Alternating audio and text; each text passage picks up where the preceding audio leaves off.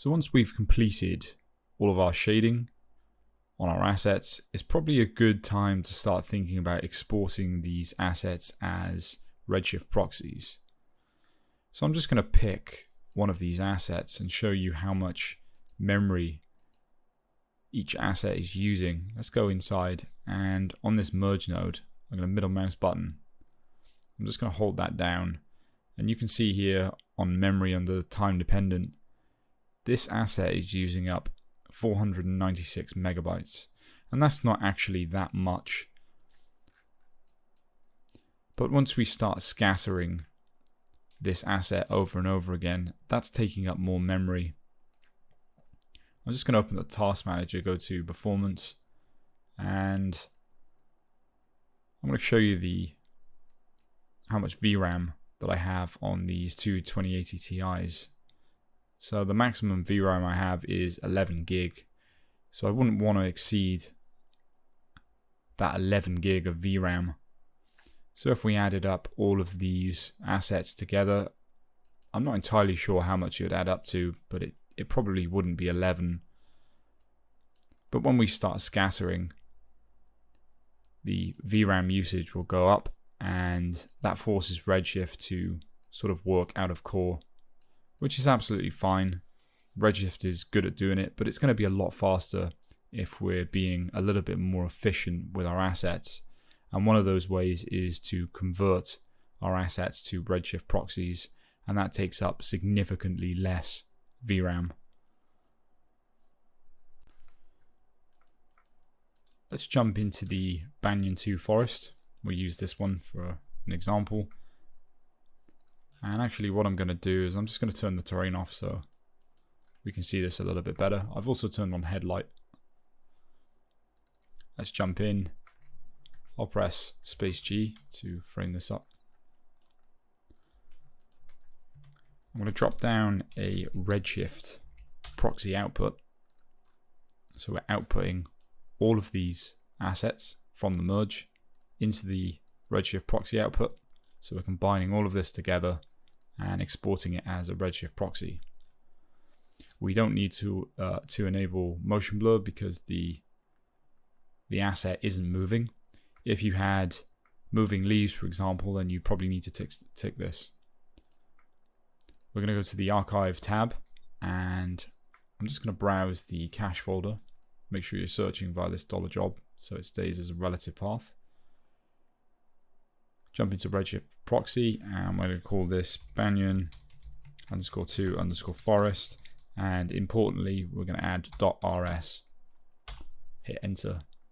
I usually turn off this discard the not used materials, but it should be fine to leave that on. And what we're going to do is we're going to click render to disk.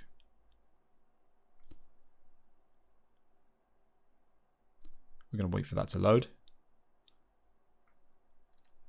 Like so. And then what I'm going to do is I'm going to go to the Redshift tab, and we're going to add a proxy object, which is here. You can cut it, paste it there. I'm going to rename this to Banyan 2 _forest _proxy. In the Redshift OBJ tab, we're going to go to proxy, and we're going to load in the proxy file we just cached out.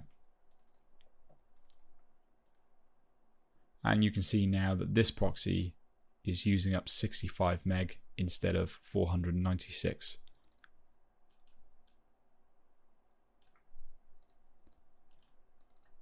So we've saved ourselves a lot of memory. Let's just zoom out, and currently we're viewing the bounding box. So if I turn this off, so we're viewing just this one. Let's turn the Banyan 2 forest asset off, just so we're viewing the proxy, and you can switch between different modes. I'd usually always keep this in bounding box, but you can switch it to mesh, for example. But that's going to get very slow when you're scattering these thousands of times over a surface, so I'd recommend leaving that in bounding box mode. The only other reason I turn this to mesh mode is if I was trying to sort of line this up and get it sort of at the right angle if I'm setting this up as sort of like a hero tree or something. And that is more or less it for the proxies. I'm going to let you guys do the rest. Just repeat that same process and you'll be good to go. So we have exported our assets, our trees, as Redshift proxies. We've re-imported them. What I've done is that I've just disabled them in the viewport. So I've just turned off the display flag. And it's also really important that, so if I show the palm, for example, space G to frame up, I'll turn the grid on. It's really important that all of our assets are centered at the origin. That's really important. We're going to create or drop down an instance node. And I think we can start off with the palm first of all. That's absolutely fine. So palm underscore instance. On the instance tab, we're going to load in our palm proxy. So we're going to be scattering a load of our palm proxies all over the terrain that we made. So let's load in that palm proxy. So currently we've got one there. We're going to turn on full point instancing and leave all the other settings as is. We're going to jump inside that node and we're going to drop down an object merge to import our terrain into the instance node. So we're going to load in the terrain, export relative reference. We're also going to take into this object. View via the render cam still. Let's drop down a scatter SOP and we're going to scatter a load of points based on this terrain. And the more you use Houdini, the more you're going to use this node. It's super useful. So you can see here that we've got some points scattered on the surface of our terrain there. I'm going to turn off relax iterations. We don't want that on. And we currently have 1,000 points scattered over the surface. I think for testing purposes, I would probably leave this to something quite low. I think 1,000 is fine. And then you can always increase this number later.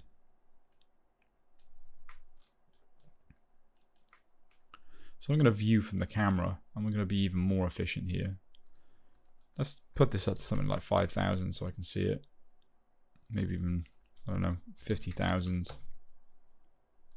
100,000. Like that. And what we want to do is we only want to really paint in points where the camera can see. So let's do that. We'll drop down a paint SOP. We'll hook that up. I'm going to hit enter in the keyboard, which activates the paint tool. I can hold down shift, left click and drag. And now I'm dragging up the radius of the brush. And I'm just going to start painting in areas where I want our scattered points to be. I'm going to go to the background color and apply to all. So we've applied black to the entire surface and black means nothing. Switch to the foreground and we'll change that to red. And now we're just going to start painting in where we want those scattered points to be.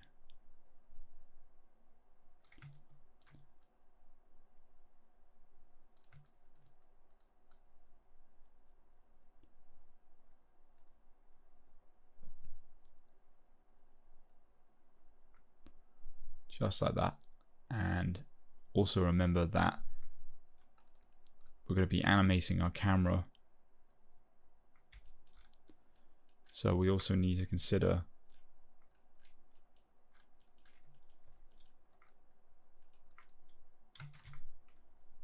the regions outside of the camera. So I'm just going to paste that in. So that's our render cam animated. Let's view from here. jump back inside the Palm instance.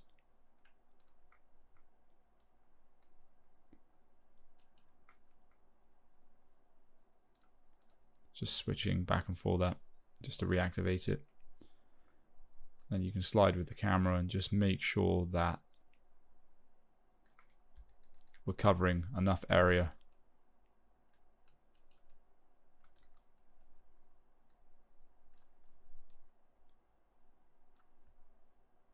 I think that's looking cool. We're going to plug the paint SOP into the scatter SOP there. And you'll notice nothing's really happened, apart from the fact that we have points everywhere, but we've got sort of like the highlighted red area where we painted. And what we're going to do is we're going to enable this density attribute. So all those points will disappear because Houdini is expecting an attribute in here. So we're going to change this to CD, which means color. So if I view from the object merge, we don't have that attribute. So we've got P, name, UV, and so on, but no CD. If we go down to the paint SOP, we now have a CD value, which is a color value, which is the value that we painted. So it makes sense in the scatter SOP, in the density attribute, to reference in that color. So we're scattering points based on the color that we painted in here. So that's looking pretty cool. Let's drop down the total count to something like 5,000 now. And we'll go back out, and now you'll notice that we've got our palms instance 5,000 times over on our surface in areas that are just visible to the camera. Okay, so let's step this up a notch. We'll jump in, and what I want to do is I want to randomize the rotation of these trees. I also want to randomize the scale of the trees. I want some trees to be smaller, some trees to be larger. So let's do the P scale first. So I'm going to drop down an attribute randomize SOP.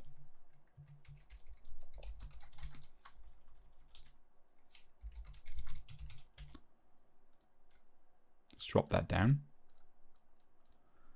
And we're going to be randomizing P scale. Like so. We're going to make sure we've got 3 dimensions for this, and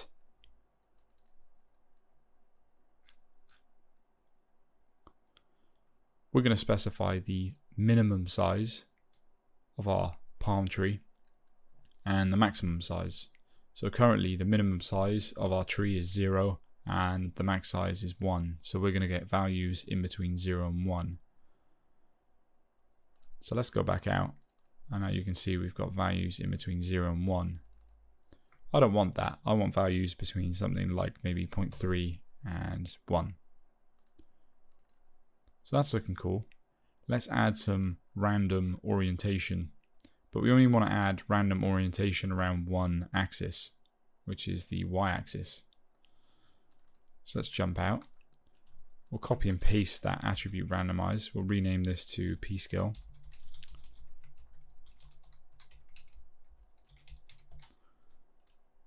Plug this one into here, and we'll call this one orientation or orient. So in here we're going to type orient, and we're going to make sure we got 4 dimensions this time. In the minimum value we can put 0, and on X I want to put 0, Y 1, and Z 0. And then the 4th vector we can leave as 1. So now we have randomly orientated boxes around Y.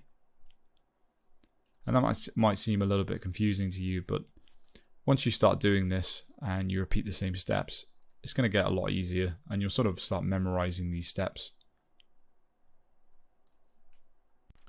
Let's scatter another asset. And just before I do so, one thing that I should have changed was these values to 0.3 as well. So currently we've only changed the X value So all of these should be set to 0.3, just like that. Okay, so I think we'll do something like, yeah, let's do the Acacia Jungle 1. I think we'll just copy and paste this. Wait for that to load. Rename it to Acacia Jungle 1 underscore instance. Replace the instance object with our Acacia Jungle 1 proxy, like so. And the problem now is that we've got Acacia Jungle 1 proxies scattered directly on top of the palms. So the really quick and simple trick is to just change the seed on the scatter. And the reason the Acacia Jungle 1s are being scattered on top of the palm is because we have identical points. So all we have to do is just change the global seed. If we go back out now, we have Acacia Jungle 1 scattered across the terrain with a different seed, and the boxes are no longer on top of each other.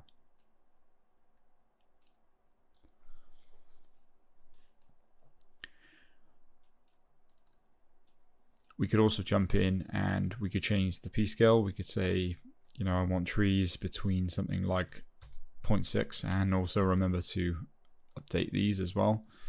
To avoid this problem in future, we could copy this X value here and we could paste a relative reference. Whoops.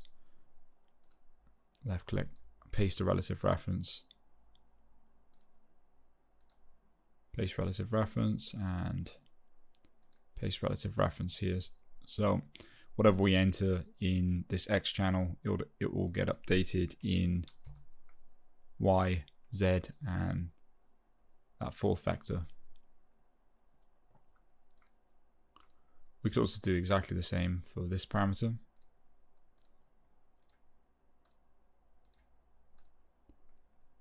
Like that. And we could say, well, the maximum size, we could do something crazy like 3. It's obviously really huge. I think we'll just be a little bit more sensible with this. But what we want to do when we're scattering all these different assets is we want to sort of get variations in height. We don't want all of them to be the same height. That's going to look really boring. It's also going to look really flat. So we want to make sure we vary the height of each of these different assets to create contrast. So I'll let you guys go ahead and scatter the rest of these instances. So just line them up and do exactly what we've done here. And on each instance, make sure to go in and just change the global seed to another random value.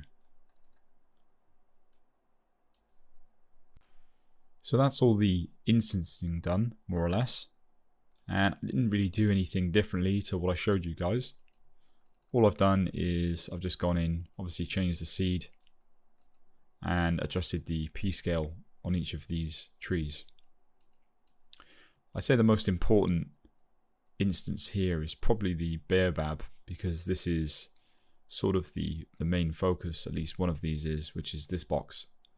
And I just kept on sort of randomizing the seed until I got these this tree asset into the correct place.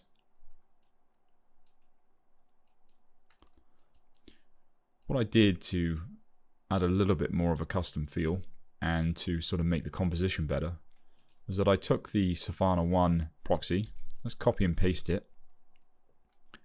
I'm going to turn it on, and the reason I'm leaving this original proxy off is because this proxy is being scattered across the surface. So what we're doing now is we're adding in our own custom ones, and there may be 1, 2, 3, or 4 of them or something like that. And it just means that we can individually move these and control them, which is really nice. So I'm going to turn this to mesh so we can see it. And I'm just going to start sort of moving this thing into place. So I wanted a tree in the foreground, just to give us a little bit of parallax.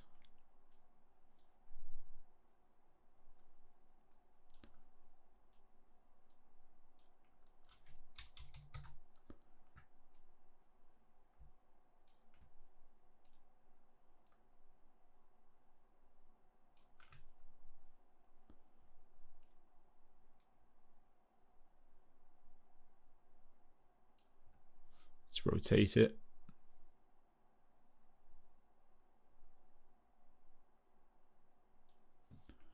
Something like that, maybe a little bit less. Could even rotate it this way as well. We're not seeing the bottom of it, so it doesn't really matter.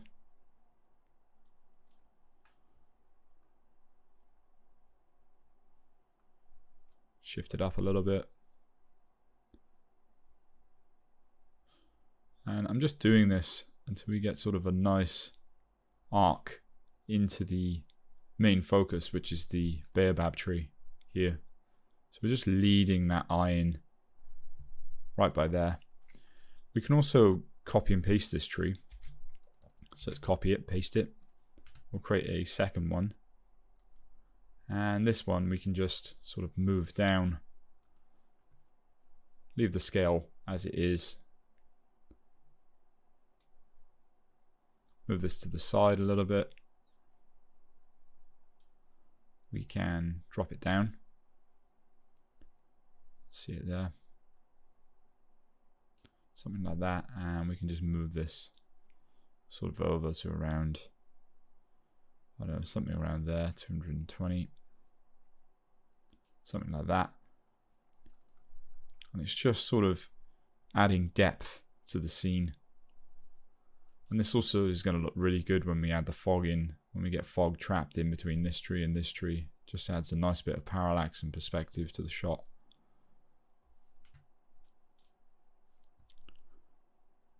I think for this second one I actually rotated this as well. Just to get some variation, otherwise it's going to look like this tree is duplicated. And the amount of times that I've gotten away with using the same asset and just rotating it is it's pretty cool. So that was the second custom tree that I moved into place. I also did this for an Acacia Jungle 1 model. I just wanted some sort of leaves just in the foreground at the bottom. So let's copy and paste the Acacia Jungle 1. Like that. Turn it on. Turn this to mesh. I'm not entirely sure where this is in the scene. If you hit enter, that will show you. Then that will bring up the translate handle. And we can just move this into place.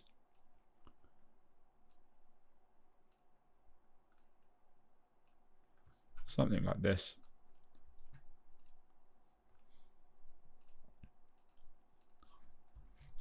Almost doubled the size on that one.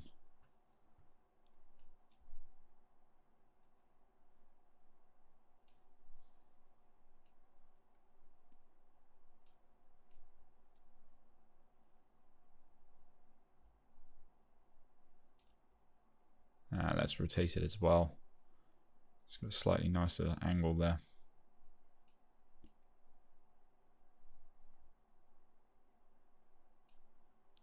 That's looking really cool. That nice little branch coming out there. That's nice. So you can see instantly that we've added a lot more depth. I'm just going to turn those off so you can see the difference. Where have we copied that to? There you go. So let's turn those off. So that's really adding a nice bit of depth to the shot, which looks great. And we can even color these custom ones in, I don't know, like a slightly darker red, something like that, just to say, hey look, these are our custom ones that we've moved into place. Once you're finished with this, you can put this back into bounding box mode, but I think it's fine. The scene is really light. It's really fast to move around, which is great. I also did that with the palm trees as well. So I copied the palm trees 3 times over. Let's do that. And I think this time I'm just going to turn off all the instances so we can see what's happening. And the way I lined these palm trees up was by actually firing the render up. And I just sort of moved them into place based on my render. So you can see I've moved one palm tree here, and there's another one here. And again, my sort of idea behind this was getting some parallax and depth between this tree, and this tree. So we're sort of staggering that height off. So I think I'll copy these proxies over from my other scene. Get those in place. I'm just going to make sure these are going in the right folder here.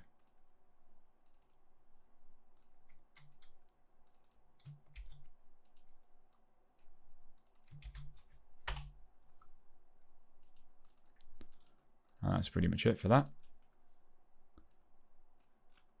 We can turn everything else back on and we can do a render and see what it looks like.